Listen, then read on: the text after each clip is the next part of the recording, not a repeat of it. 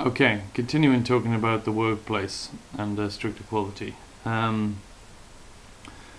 Okay, technical tasks. Can we have really technical tasks? Can we actually achieve that, like highly skilled tasks within a non-hierarchical workplace? Now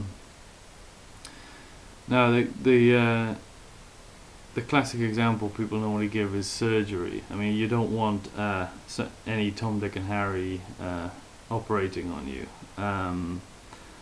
But jobs like that normally give the person highest power, status, and comfort. And that's the most dramatic and sort of common example, I think. But outside of health, there are other technical tasks where maybe not so many people do them, but you really would notice if some person without much skill did them. Like, you got flying planes is another quite common one, and like running a nuclear plant, running the national grid. Also, like lawyers, maybe they have huge effects on people's lives if they make mistakes. So.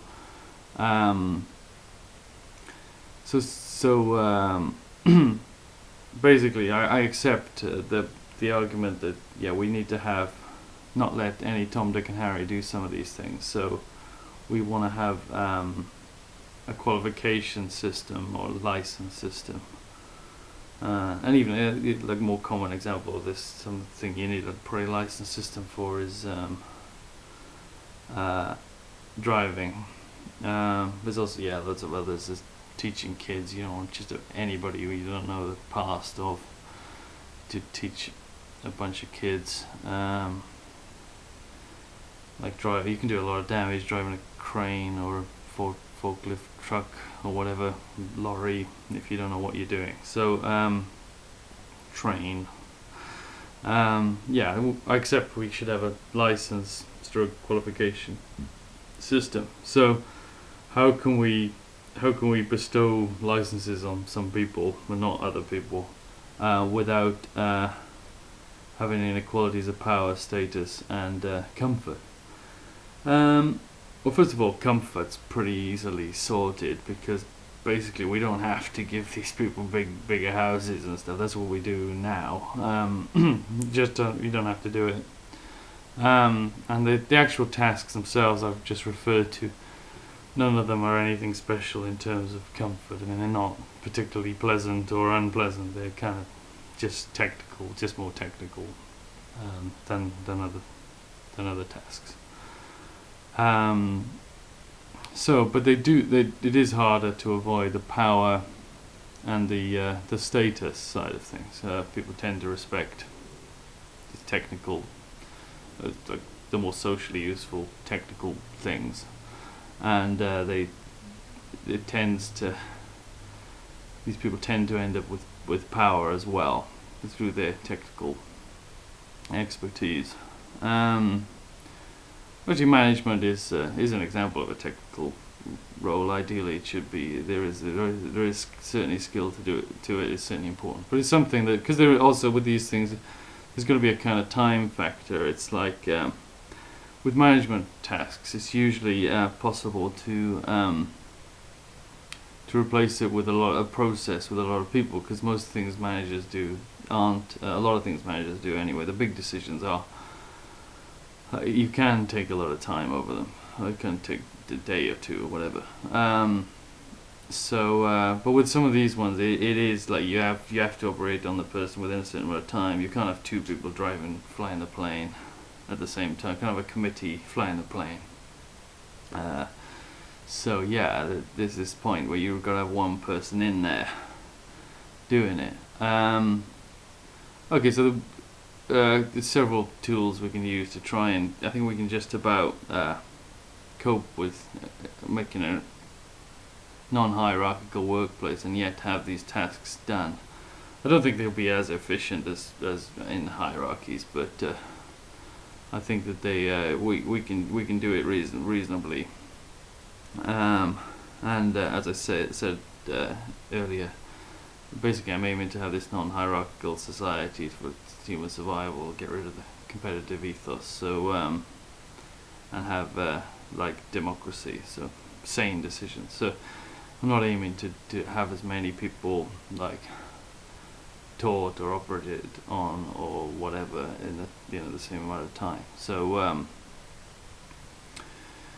okay, so tools at our disposal. The most obvious is like balance, rotation, in the sense that if you do a task that tends to give you a lot of power or tends to give you a lot of status, that person spends about half, like some of the less than half their time doing that task, which might be a good thing anyway, because these tasks are pretty a little bit intense, so you don't want to actually be doing them for too many hours on end. And then there are other tasks that are below par in terms of power and status. So okay. Whereas you get other people who just do more middling sort of tasks in terms of power and status all the time. Okay, another thing is you can really rigidly define what the job is. I mean, and make it so that they have to like if you're flying a plane, you have to make decisions to fly the plane well. It doesn't give you any power. You can really kind of nail a task down, so the person hasn't got a lot of freedom when they're doing that task. Another thing is you can really grill these people afterwards. As I say, there is this time factor. They have to do the thing at the time. One person has to, like in the extreme case, do the thing, quickly. But you can spend ages talking to, like, recording. You can record what they did exactly, and then you can spend ages grilling them and getting them to talk to all the people who were affected by what they did, and basically take all the freedom and power out of it.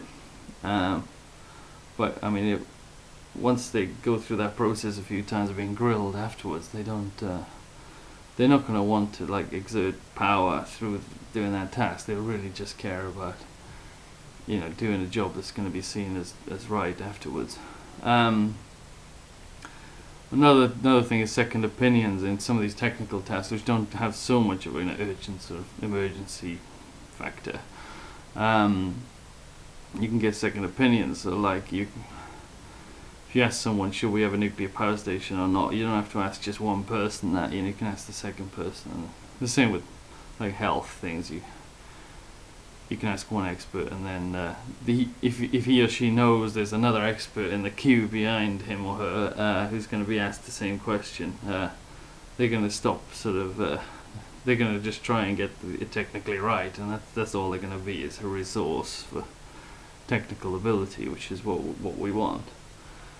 Okay, in really extreme cases, you might have a task, a job, which is like making a judgment call for whether to evacuate the city or not if there's a possible dirty bomb. Now, I don't know if there's actually a plan in place in some cities for this kind of thing, mass evacuation, but I can just about see why you'd want one, at least small group of people, or even one person given this job of, like, if this chain of events happens, they make the call, should we evacuate now or not. It's a huge decision. Now obviously we can use all the other fixes I just mentioned, but an extra one for things like that is it could be just made a kind of once only thing, that the person he or she is obviously vetted intensely to get to that role, but then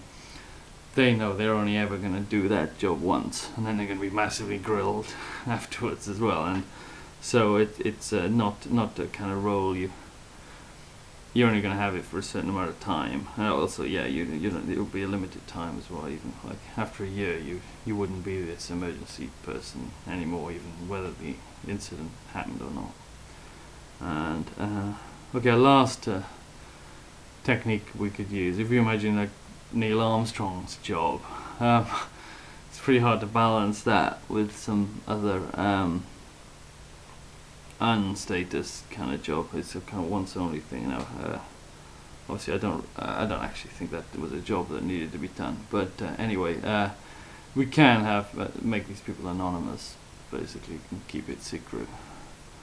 It's a bit dodgy because obviously we want to have an open society, but it is a technique that is technically like possible. I think keep the person's identity secret, so they don't get all the status, lifelong status from it.